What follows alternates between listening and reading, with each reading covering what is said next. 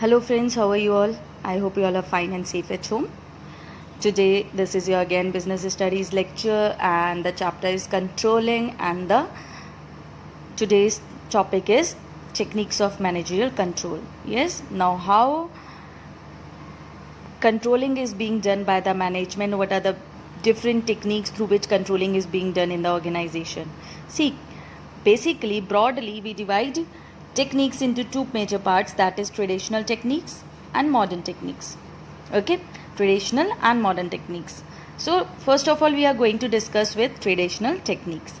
Traditional नाम से ही पता चल रहा है जो बहुत लंबे समय से चलती आ रही हैं, the techniques which are use by the companies for a long time, जो बहुत लंबे समय से वो टेक्निक्स यूज़ हो रही हैं ऑर्गेनाइजेशन में for controlling the employees, for controlling the various activities in the organisation, then those are known as traditional techniques. But हम ये नहीं कहेंगे ट्रेडिशनल का मतलब ये है कि वो पुरानी हो चुकी है, नहीं, they are still in use but we are using it for a long time. Okay, so what are those techniques? Traditional techniques कौन कौन सी है? It includes personal observation, statistical reports, break-even analysis, budgetary control. Okay, so these four comes in traditional techniques. Modern techniques नाम से पता चल रहा है which are of recent origin, जो अभी इमर्ज हुई हैं, जो बिल्कुल मैनेजमेंट लिटरेचर में नई नई टेक्निक्स हैं, जो न्यू थिंकिंग से या जो न्यू एक्सपेरिमेंट्स तो नहीं कहेंगे हम, ऑब्जर्वेशन के साथ, एक्सपीरियंसेस के साथ जो निकल कर आई हैं, वो टेक्निक्स हमारी जो है मॉडर्न टेक्निक्स में आती हैं, जिनके थ्रू ऑर्गेनाइजेशन को कंट्रोल किया जाता है. Okay, modern techniques includes in itself return on investment, ratio analysis, responsibility accounting, management audit, perch and CPM, management information system. So these 6 comes in modern techniques. Okay, so first of all, one by one we are going to discuss with the traditional techniques. The number one technique of traditional technique is personal observation. See, personal observation हम बार बार use भी करते हैं. I have used it in the videos that observe करता है manager used to observe the employees to find out the deviations and so on. So personal observation क्या है? Personal observation सबसे पहले manager को first hand information देता है. It is basically used by the manager to collect first hand information. First hand information मिलती है employees के बारे में, एम्प्लॉयज़ के ऊपर साइकोलॉजिकल प्रेशर बनता है बिकॉज दे नो कि someone is observing us. Okay, हाँ, it is a time consuming process, yes, और हर तरह की एक्टिविटीज़ में, हर तरह की जॉब्स में ये इफ़ेक्टिव नहीं होता है, but somehow yes, if someone is knowing that someone is watching me regularly, continuously and someone is observing us, then of course effectively that work is being done. और हम ये भी कह सकते हैं कि quality of work is improved because किसी ना किसी का ऑब्जर्वेशन होता है. अगर हम CCTV कैमराज की बात करें then also we can see. Okay, so there is, but here personal observation is that someone is regularly continuously watching us. Okay, so this is the first technique, traditional technique. Second one is statistical reports. Statistical reports की अगर हम बात करें तो सी statistical reports जो basically हम लोग बनाते हैं, that is basically in the form of averages, percentages, ratios, correlation etc. इस फॉर्म में हम लोग statistical reports को प्रिपेयर करते हैं. ओके, ये statistical analysis जो होता है ये काम आता है कंपैरिजन करने के लिए. ओके, बेसिकली जितने भी फॉर एग्जांपल बजट अगर प्रिपेयर हो रहा है HR डिपार्टमेंट का या किसी भी डिपार्टमेंट का, तो बजट कंपेयर किया जाता है लास्ट, हम कहेंगे लास्ट ईयर का, लास्ट 6 months का या क्वार्टरली का. ओके, और ये इंफॉर्मेशन प्रेजेंट की जाती है through charts, graphs, tables etcetera. You have studied this in class 11th as well, जिससे मैनेजर उनको स्टडी करता है, उसे पता चलता है that what is the performance of the employees, how the employees of the organization are working, profit कितना हो रहा है, कितना आउटपुट है, कितना प्रोडक्शन है, कितना स्टैंडर्ड आउटपुट प्रोड्यूस हो रहा है, नहीं हो रहा है. So all this is being done. Okay, और बेंचमार्क्स के साथ भी कंपैरिजन करने में हेल्प हो जाती है. Next method is break even analysis. Break even analysis एक टेक्निक है जिसके थ्रू मैनेजर स्टडी करते हैं relationship between cost, volume and profits. Sorry, बार बार ये फ़ोन हिल रहा है and you must be like, आप लोगों को भी लग रहा होगा हिले जा रहा है. So it's okay, let's concentrate on this. So relationship between cost, volume and profit. Cost of production, volume, quantity and profits we all know. It determines the probable profit and losses at different levels of activity. See, break even analysis का मतलब है, if you look at this chart, then this is the sales volume. ये volume है हमारी, okay, this is the volume. And if you remember your microeconomics, तो हम देखेंगे that this is your total cost curve. ये आपका total cost curve आ रहा है. यस, ऐसे ही होता था ना, टोटल कॉस्ट कर्व है ना. ये टोटल फिक्स्ड कॉस्ट है. टोटल फिक्स्ड कॉस्ट के यहाँ से हमारा टोटल कॉस्ट कर्व आता है और हमारा ओरिजिन से टोटल रेवेन्यू कर्व हमारा स्टार्ट होता है. यस, ये टोटल फिक्स्ड कॉस्ट है तो यहाँ तक कि हमारी फिक्स्ड कॉस्ट हो गई और इन दोनों को ऐड ऑन करके टोटल कॉस्ट आई तो ये हमारी वेरिएबल कॉस्ट बन गई. यस, 11th में you have studied this in micro economics as well. So the point where TR is equals to TC, TR is equals to TC, जितनी cost उतना ही रेवेन्यू. अगर 10 रुपये कॉस्ट ऑफ प्रोडक्शन आई है तो 10 रुपये की ही इनकम जनरेट हो रही है, then that is known as break even point. Break even point is that point where there is no profit no loss. ये मैनेजर्स के लिए बहुत यूजफुल टेक्निक है बिकॉज ये हेल्प करती है प्रॉफिट्स को एस्टिमेट करने में. अगर यहाँ तक पहुँच गया है production, okay, no profit no loss तक, तो अगर इससे ज़्यादा प्रोडक्शन किया जाएगा, इससे ज़्यादा सेल की जाएगी, है ना, सेल्स वॉल्यूम है ना, इससे ज़्यादा अगर सेल्स की जाएगी तो प्रॉफिट हमारा इंक्रीज होना कंपनी का स्टार्ट हो जाएगा. बिकॉज तब क्या होगा, TR is greater than TC, तो प्रॉफिट होगा. ओके, TR TC अप्रोच या MRMC approach if you remember, है ना, TR is greater than TC तो प्रॉफिट स्टार्ट हो जाएगा. Where on the other hand अगर सेल्स इससे कम होती है so this is loss because TC is greater than TR. Okay, so this is like break even point.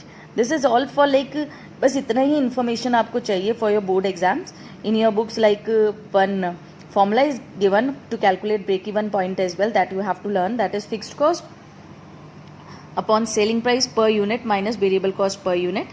Okay, so this is the formula to find out the break even point. break even analysis firm को help करता है checkout करने में variable cost के बारे में कि कितनी वेरिएबल कॉस्ट आ रही है एंड ये फाइंड आउट करने में कि प्रॉफिट लेवल का टारगेट क्या है. यानी ब्रेक इवन पॉइंट कहाँ पर आया, जहाँ पर ब्रेक इवन पॉइंट आया उससे अगर ज़्यादा सेल होगी, उससे अगर ज़्यादा प्रोडक्शन होगा, ठीक है, तो वहाँ पर क्या होगा, प्रॉफिट स्टार्ट हो जाएगा इंक्रीज होना. Okay, so this break even analysis is being done to find out the break even point. Break even point पता चलते ही ऑर्गेनाइजेशन क्या करेगा, उससे ज़्यादा प्रोडक्शन करेगा so that profit more and more profit can be earned. Okay, so this is break even analysis. Okay, next is budgetary control. Budgetary control वो technique है managerial control की जिसमें सारे ऑपरेशंस को पहले से ही प्लान कर लिया जाता है. हमें पता है बजट क्या होता है, एस्टिमेट. बजट, कभी भी बजट बनाया जाता है, अगर कोई हाउस होल्ड भी बजट बना रहा है सो दैट इज एस्टिमेट. आप अपनी पॉकेट में मनी लेकर घर से बाहर निकले हो कि आज मैंने कुछ खरीदना है, so you have some budget. Okay, आप बजट लेकर चलते हो कि एस्टिमेट लगाकर चलते हो कि इतना तो मैं एक्सपेंडिचर करके आऊँगा. सो बजट क्या है, that is estimation of cost, that is best estimation of expenditure and revenue. कितना खर्च होने वाला है, कितना अर्न होने वाला है, रेवेन्यू कितना होगा.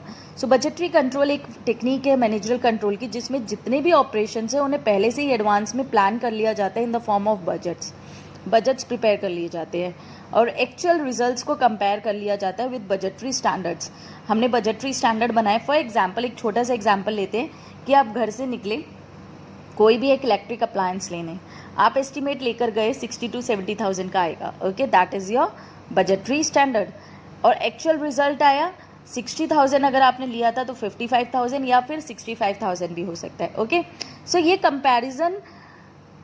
कंपैरिजन जब आप करोगे तो आप उसके बेसिस पर डिसीजन लोगे. अगर 60,000 आप बजट लेकर चल रहे हो और आपको 80,000 का वो प्रोडक्ट मिल रहा है, मे भी आप उसे ना खरीदो.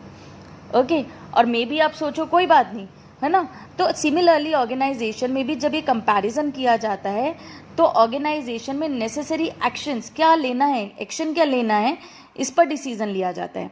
और एक्शन किसको ध्यान में रखकर लिया जाता है, ऑर्गेनाइजेशनल ऑब्जेक्टिव्स को ध्यान में रखकर लिया जाता है. वो एक्शन लिया जाता है so that organisational objectives can be accomplished. Budget होता क्या है, दिस इज बजटरी कंट्रोल. ये टेक्निक है. अब यहाँ पर क्या बताया गया है, बजट क्या होता है। ये टेक्निक है as per your explanation, okay, and then you have to give in one line the definition. Budget एक क्वांटिटेटिव स्टेटमेंट है, क्वांटिटेटिव मतलब फिगर्स पर लिखी जाती है for a definite future period of time. एक साल के लिए, अकाउंटिंग ईयर 6 मंथ्स के लिए बनाया जाता है, basically for 1 year it is prepared, okay. It is also a statement which reflects the policy of that particular period. ये वो स्टेटमेंट भी है जो उस पर्टिकुलर पीरियड की पॉलिसी बताता है कि कहाँ कहाँ पर कितना एक्सपेंडिचर करना है, कहाँ कहाँ पर कंपनी को कहाँ कहाँ से कितना कितना रेवेन्यू होता है। It will contain figures of forecast. ये फिगर्स कंटेन करता है अपने आप में फोरकास्ट की, both in terms of time and quantities, okay. So this is like budget. देखो डिफरेंट डिफरेंट टाइप्स के बजट प्रिपेयर करती है कंपनी। सेल्स बजट प्रिपेयर करती है कि कितनी सेल करेगा, एक्सपेक्टेशन क्या है कंपनी की सेल को लेकर। प्रोडक्शन, कितना प्रोडक्शन करना है। मटेरियल, कितना रॉ मटेरियल की रिक्वायरमेंट होगी। Cash budget, cash inflow outflow. Capital budget, long term assets में कितना एक्सपेंडिचर होने वाला है। कैपिटल बजट बता दिया। रिसर्च एंड डेवलपमेंट बजट की R&D डिपार्टमेंट में कितना कितना खर्चा होने वाला है। According to that like types of budgets are there and budget prepare किए जाते हैं। Budgeting offers the following advantages. Now we have some advantages of budgeting as well. Let's discuss this. So the very first advantage of budgeting is कि ये focus करता है on specific and time bound targets पर, ठीक है। Organisational objectives are time bound only.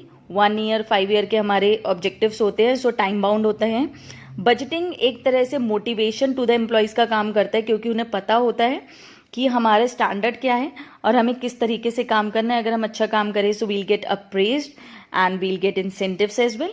Budgeting help करती है in optimum utilization of resources, because organization और ईच डिपार्टमेंट को पता होता है कि उनके डिपार्टमेंट को कितना फंड एलोकेट किया गया है, कितने रिसोर्सेज एलोकेट किए गए हैं।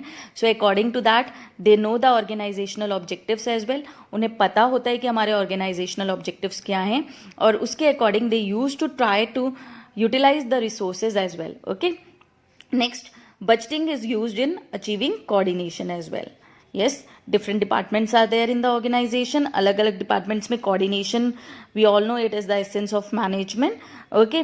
All departments are interdependent on each other, interlinked on each other, so there have to be coordination और budgeting help करती है coordination में, because through budgeting one gets to know कि sales department का कितना sales budget है, production department का कितना budget है. So everyone knows about the budget और उसके according they used to communicate with each other and coordination is there. It facilitates management by exception. Yes, management by exception हमने पढ़ा था. Management by exception की जो technique है वो help होती है through budgeting only, because management by exception क्या कहता है, if the manager wants to control everything then there will be control in nothing. अगर वो सब कुछ कंट्रोल करने चाहेगा तो एट दी एंड उसके हाथ में कुछ भी नहीं आएगा, वो कुछ भी कंट्रोल नहीं कर पाएगा, वो नथिंग मतलब कुछ भी कंट्रोल प्रॉपरली नहीं कर पाएगा. That is management by exception. तो बजट के थ्रू पता चल जाता है कि स्टैंडर्ड्स क्या है परफॉर्मेंस के, उन पर ही ध्यान देना है, उन पर ही फोकस करना है मैनेजर ने. तो मैनेजर उन्हीं स्टैंडर्ड्स पर फोकस करता है, ना कि वो हर चीज़ जो है उस पर ध्यान देता है.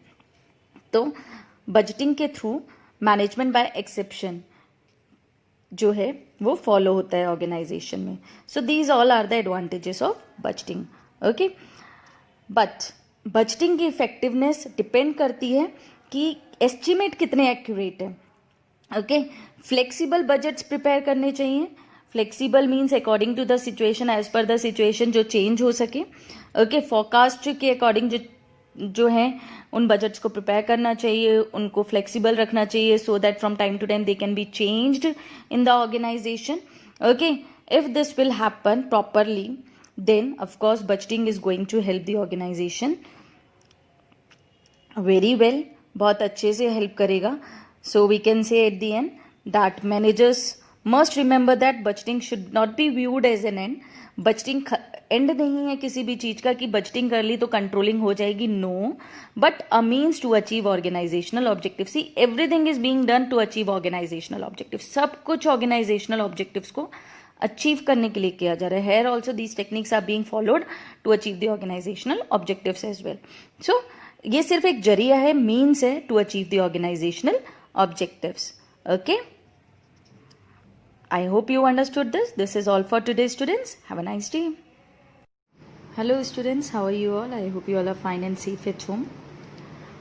Today I am going to start with the modern techniques. Now our topic is modern techniques. Let's start with this. First modern technique is return on investment, ROI. It is a very useful technique. It is like a yardstick, means it's like a, we'll say कि एक तरह का measurement करने का एक strict और rigid we can say or we can say comparison करने के लिए एक parity value है कि whether or not invested capital has been used effectively for generating reasonable amount of return. Yardstick का मतलब यहाँ पर आ गया कि एक difficult complex type of method है जो चेंज नहीं हो सकता कि जितना भी कैपिटल इन्वेस्टमेंट किया गया है बिजनेस में, क्या उससे रेवेन्यू वापस हुआ है, क्या उतना रेवेन्यू या उससे ज़्यादा रेवेन्यू वापस हुआ है, क्या उसकी अमाउंट का उस अमाउंट का रिटर्न कितना मिला है, ये पता चलता है रिटर्न ऑन इन्वेस्टमेंट से. This basically is used to find out, to measure overall performance of an organization. Okay, और या तो overall या फिर department wise or division wise it can be calculated any type, like departmental calculation करनी है, divisional करनी है, overall करनी है. So this is like a technique. So what is the formula for calculating return on investment? That is net income upon sales into sales upon total investment. Okay, so here it will talk about net income. Net income before or after checks may be used for making comparisons. Of course, this is being used for making comparisons as well. Total investment की अगर हम बात करें तो it includes both working as well as fixed capital invested. तो this is only to tell you कि इसमें क्या क्या include किया जाता है. But according to this technique, return on investment can be increased either by increasing sales volume. ये important है कि रिटर्न ऑन इन्वेस्टमेंट कैसे इंक्रीज होता है. अगर सेल्स इंक्रीज होगी, अगर प्रोडक्शन इंक्रीज होगा, मार्केट में उसकी सेल ज़्यादा होगी, जब सेल ज़्यादा होगी तो रिटर्न भी ज़्यादा आ जाएगा. यस, और by reducing total investment without having reductions in sales volume. See ROI can be increased. ROI दो तरह से बढ़ता है, या तो increasing sales volume proportionately more than total investment, जितना इन्वेस्टमेंट करा है उससे ज़्यादा सेल हो जाए, या फिर by reducing total investment. Investment कम कर दिया without having any reductions in sales volume. Investment कम कर दिया लेकिन सेल्स उतनी करी. यानी मान लो अगर 2 करोड़ का इन्वेस्टमेंट हो रहा है तो उस इन्वेस्टमेंट को कम करके 1 करोड़ 50 लाख कर दिया, लेकिन सेल्स उतनी ही करनी है, प्रोडक्शन उतना ही करना है ना. यानी कॉस्ट ऑफ प्रोडक्शन कम हो जाना कह लो. ROI provides top management and ineffective means of control for measuring and comparing performance of different departments. So this is like a measure which helps in comparing the performance कि return कितना आ रहा है. तो ये return को find out करने का तरीका है. So what you have to do is you have to just learn this, okay, and then these 2 other things you have to keep in your mind, and that top management इसको एक effective tool की तरह लेता है. That's it. Okay, now next technique is ratio analysis. Ratio analysis basically it is an analysis of financial statement जिसमें हम ratios को calculate करने वाले हैं. This is also a part of your accountancy. You are going to study this in your class as well, in class 12th only. Okay, so different ratios calculate किए जाते हैं जिसके through find out किया जाता है कि organization की performance कैसी है. For example, liquidity ratios are calculated. See, in detail you are going to study this in your accountancy only. I am only giving you a gist. Okay, liquidity means कि ये find out करा जाता है, ये calculate करे जाते हैं liquidity ratios to find out the short term solvency of the business. कि बिजनेस की short term solvency means this is basically related to the current assets and liquid assets. Okay, current assets और liquid assets से related है. इसमें analysis किया जाता है current position का कि कंपनी के पास लिक्विड फंड्स कितने हैं, कंपनी के पास कितनी करंट एसेट्स है, कितनी लिक्विड एसेट्स हैं उनका क्या रेशियो है। ओके, फॉर एग्जाम्पल अगर हम बात करें करंट रेशियो की, लाइक लिक्विडिटी रेशियो का एक एग्जाम्पल दे रही हूँ मैं, दैट इज करंट रेशियो। तो करंट रेशियो कैलकुलेट करा जाता है current assets upon current liability से। Okay, so this is how like ratios are calculated, different types of ratios are calculated and to find out a particular position of the company. Similarly, solvency ratios are these are being to find out the long term solvency of the business. For example, it is used to find out the short term solvency. current assets की बात हो रही, यहाँ पर ये आ रहा है long term solvency की, लंबे समय में जाकर बेसिकली बिजनेस की कितनी एबिलिटी है लॉन्ग टर्म में जाकर कि वो डेट को पे ऑफ कर सकता है। ओके, इनडेटेडनेस की कितनी एबिलिटी है।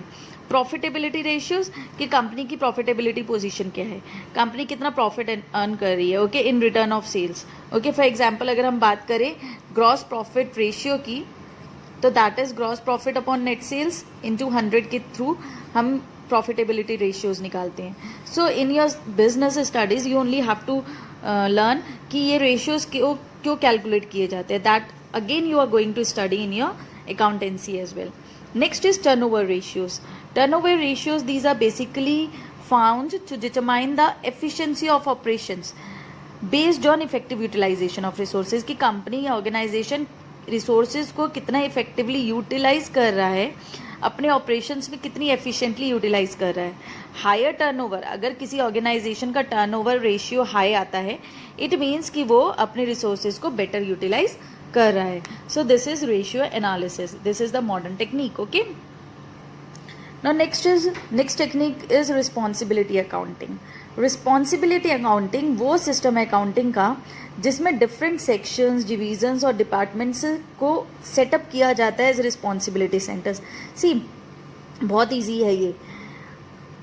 डिपार्टमेंट, डिवीजन और सेक्शंस, अगर किसी ऑर्गेनाइजेशन में डिफरेंट डिपार्टमेंट्स हैं, फॉर एग्जांपल HR डिपार्टमेंट है तो उसमें एक रिस्पॉन्सिबिलिटी सेंटर बनाया जाएगा।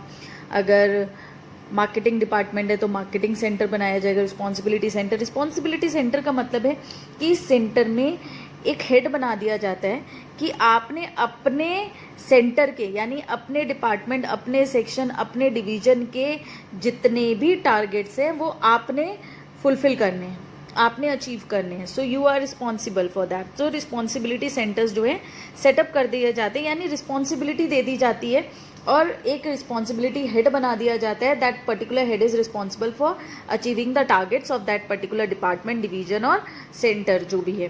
ओके, तो रिस्पॉन्सिबिलिटी अकाउंटिंग का यहाँ पर मतलब हो गया कि रिस्पॉन्सिबिलिटी देना।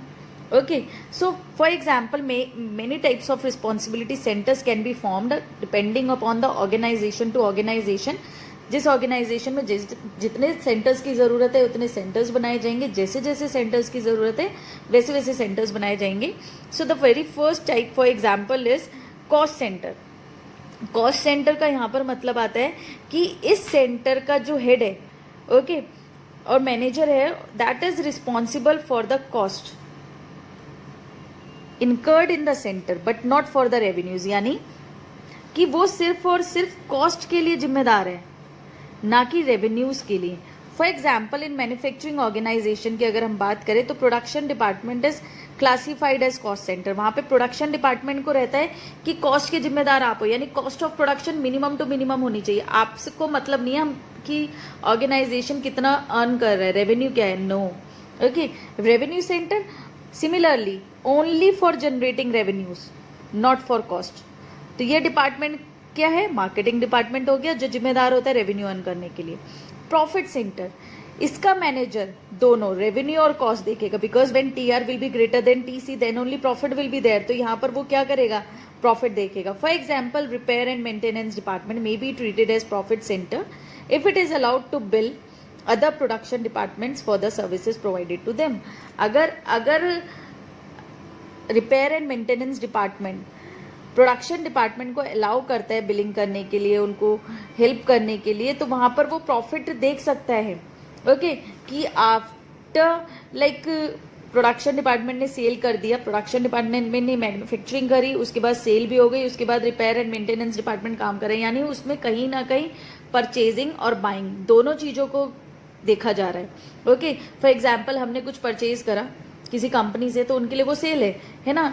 और डिपार्टमेंट क्या है, हमें आफ्टर सेल सर्विस चाहिए किसी कंपनी से, तो वो उस कंपनी का जो भी रिपेयर एंड मेंटेनेंस डिपार्टमेंट है वो आफ्टर सेल सर्विस दे रहा है। तो आफ्टर सेल सर्विस का मतलब हुआ कहीं ना कहीं मार्केटिंग डिपार्टमेंट भी इन्वॉल्व हुआ, कहीं ना कहीं प्रोडक्शन डिपार्टमेंट भी इन्वॉल्व हुआ।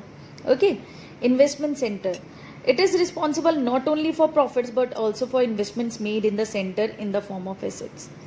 ये सेंटर देखता है कि उस सेंटर में कितनी एसेट्स में इन्वेस्टमेंट हुआ है, तो ऑर्गेनाइजेशन में कितनी एसेट्स में इन्वेस्टमेंट हो रहा है, that will be looked by investment centre.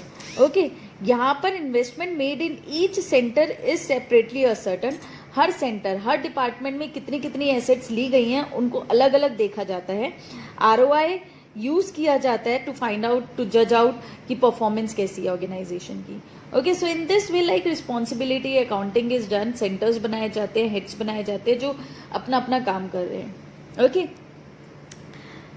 Next is management audit. Management audit means systematic appraisal of the overall performance of the management of an organization. Audit क्या होता है कि अच्छी तरह से स्क्रूटनी करना किसी भी ऑर्गेनाइजेशन की। तो मैनेजमेंट ऑडिट भी एक टेक्निक है जो देखता है कि मैनेजमेंट क्या सही से हो पा रहा है। ऑडिटिंग का यहाँ पर मतलब है कि मैनेजमेंट टेक्निक्स को, ओके, मैनेजमेंट फंक्शंस को स्क्रूटिनाइज करना, इंस्पेक्शन करना उनका कि क्या मैनेजमेंट सही से हो रहा है। इसका पर्पस क्या है ऑडिट करने का? To review the efficiency and effectiveness of management, कि मैनेजमेंट कितने अच्छे से काम कर रहा है, and to improve its performance in future. Okay, it is helpful in identifying the deficiencies in the performance of management functions. of course management का inspection हो रहा है, मैनेजमेंट फंक्शंस चेकआउट हो रहे हैं, तो फाइंड आउट क्या होंगे, मैनेजमेंट फंक्शंस में ही कहाँ कहाँ पर डेफिशिएंसीज आ रही हैं ये देखा जाएगा। ओके, इसीलिए मैनेजमेंट ऑडिट की डेफिनेशन क्या है? Evaluation of the functioning, performance and effectiveness of management of an organisation. Very easy I guess management का ऑडिट करना। एडवांटेजेस क्या है? It helps to locate present and potential deficiencies. Of course पता चलता है प्रेजेंट में और पोटेंशियल आने वाली कौन कौन सी डेफिशिएंसीज हो सकती हैं। इम्प्रूव होता है कंट्रोलिंग सिस्टम, यस ये सबसे पहले बात आनी चाहिए थी। कोऑर्डिनेशन इम्प्रूव होता है, ऑफ कोर्स ऑडिट होगा तो कोऑर्डिनेशन इम्प्रूव होगा ही होगा। It ensures updating of existing managerial policies and strategies in the light of environment changes. Of course audit जब होगा तो देखा जाएगा कि what are the changes coming out in the business environment, उसके अकॉर्डिंग एग्जिस्टिंग मैनेजरियल पॉलिसीज में या strategies में चेंजेस लेकर आना। Okay, so this is management audit. Next comes PERT and CPM. PERT is program evaluation and review technique and CPM is critical path method. Both are very important network techniques. These are basically used in planning and controlling. These techniques are basically especially useful for planning, scheduling, planning के लिए, scheduling के लिए and implementing time bound projects. Time bound projects कौन से हो गए?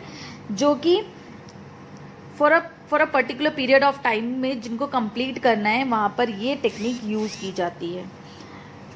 जहाँ पर complex, diverse and inter related activities हो वहाँ पर ये टेक्निक यूज़ की जाती है। ये टेक्निक्स बेसिकली डील करती है टाइम शेड्यूलिंग से। टाइम शेड्यूलिंग मतलब कि इतने टाइम में काम हो जाना चाहिए, इतने टाइम में रॉ मटेरियल की सप्लाई हो जानी चाहिए, प्रोडक्शन होना चाहिए, मार्केटिंग हो जानी चाहिए, and resource allocation, okay, with in given time schedule and structure of cost. अब PERT ऑफ CPM होता कैसे है? The project is divided into number of clearly identifiable activities which are then arranged in a logical sequence. Project को सबसे पहले divide कर दिया जाता है नंबर ऑफ एक्टिविटीज़ में, एक सीक्वेंस में 1 2 3 4 5 6 लॉजिकल सीक्वेंस, पहले उन्हें डिवाइड करा छोटी छोटी एक्टिविटीज़ में and then it is being like arranged in a logical sequence. Then network diagram is prepared to show the sequence of activities. like network diagram, a flow chart is prepared. कौन सा starting point होगा, कौन सा हमारा ending point होगा या termination point of the project होगा. Okay, for example 1 activity से स्टार्ट हुआ और 5 पर टर्मिनेट हो जाएगा, यानी पूरा हो जाएगा. Time estimates are prepared for each activity. हर एक्टिविटी के आगे टाइम एस्टिमेट दिया जाता है. For example first activity will take around 30 days whatsoever, है ना, कुछ भी हो सकता है. ऐसे जो है टाइम एस्टिमेट जो है हर एक्टिविटी के सामने दिया जाता है. PERT requires the preparation of 3 time estimate. यहाँ तक का पार्ट तो PERT और CPM दोनों के लिए कॉमन है. अब एक्टिविटी में टाइम कैसे देना है ये PERT और CPM में अलग अलग है. देखो, PERT में 3 टाइम देने हैं, हर एक्टिविटी को 3 एस्टिमेट देने हैं. 1 is optimistic, that is shortest time, कम से कम कितना टाइम लगेगा. पेसिमिस्टिक, लॉन्गेस्ट टाइम कितना लगेगा. मोस्ट लाइकली टाइम कि इतने टाइम में तो हो ही जाएगा. तो PERT अगर टेक्निक फॉलो होती है तो यहाँ पर जैसे मैंने 30 days लिखा है, वहाँ पे 3 टाइम दिए जाएंगे कि शॉर्टेस्ट, लॉन्गेस्ट और मोस्ट लाइकली. ओके, वहीं CPM में सिर्फ only 1 time estimate is prepared, like I have given, this is CPM. Okay, CPM में सिर्फ एक ही टाइम दिया जाएगा. In addition, CPM also requires making cost estimates. वहीं on the other hand PERT में सिर्फ टाइम एस्टिमेट दिया जाएगा, CPM में टाइम के साथ कॉस्ट एस्टिमेट भी दिया जाएगा कि फर्स्ट एक्टिविटी को करने की कॉस्ट क्या आएगी for completion of the project. Okay, एक एक एक्टिविटी में देते जाएंगे and completion of the project तक क्या होगा. The longest path in the network is identified as the critical path. अब जो लॉन्गेस्ट पाथ डिटरमाइन होगा इस पूरे प्रोजेक्ट में, लाइक टाइम हमने जो लिया लॉन्ग, उन्हें एड ऑन किया, so that longest path will be regarded as critical path. It represents the sequence of those activities which are important for timely completion of the project and where no delays can be allowed without delaying the entire project. यहाँ पर activities को इस sequence में represent करा जाएगा, इस तरह से रिप्रेजेंट करा जाएगा कि उनका टाइमली कंप्लीशन हो जाए. No delays will be allowed, कोई डिले अलाउड नहीं होगा without delaying the entire project. If required तो प्लान को मॉडिफाई भी किया जा सकता है सो दैट प्रोजेक्ट को टाइमली कंप्लीट किया जा सके. So in this way PERT and CPM are basically used, and these are basically used in, I told you, complex activities or interrelated activities. For example, shipbuilding, yes, construction projects, aircraft manufacturing, etc. So यहाँ पर इनको use किया जाता है इन techniques को. Next is management information system, MIS. MIS is a computer based information system. यहाँ पर कोई कंट्रोल नहीं कर रहा है, MIS है. जहाँ पर एक शॉर्ट में मैं जस्ट बताती हूँ, MIS एक सॉफ्टवेयर है, okay, computer based information system है, जहाँ पर ऑर्गेनाइजेशन के हर एम्प्लॉय को एवरी डे अपना टास्क कितना अचीव किया है ये सब डिटेल्स फिल आउट करनी पड़ती हैं. फॉलोअप कैसे रहेगा, एवरी डिटेल उन्हें देनी पड़ती है यहाँ पर. And each and every department management heads can just look at the report of each employee and can take decision, and it is basically used by the management for like effective management system के लिए use करते हैं. decision maker requires up to date accurate and timely information, इसीलिए each and every employee जो है उसमें update करता रहता है. MIS प्रोवाइड करता है required information to the managers. of course managers कभी भी उसे क्या करते हैं, डेटा को fetch कर सकते हैं from the computer system by systematically processing a massive data generated in an organization. because जब डेटा अपलोड होता है from by each and every employee तो एक massive data generate हो जाता है, okay, जिसकी हेल्प से that is being done. so we can say that MIS is an important communication tool for managers. they can also like send email or can send email, can receive email from the employees and to the employees as well.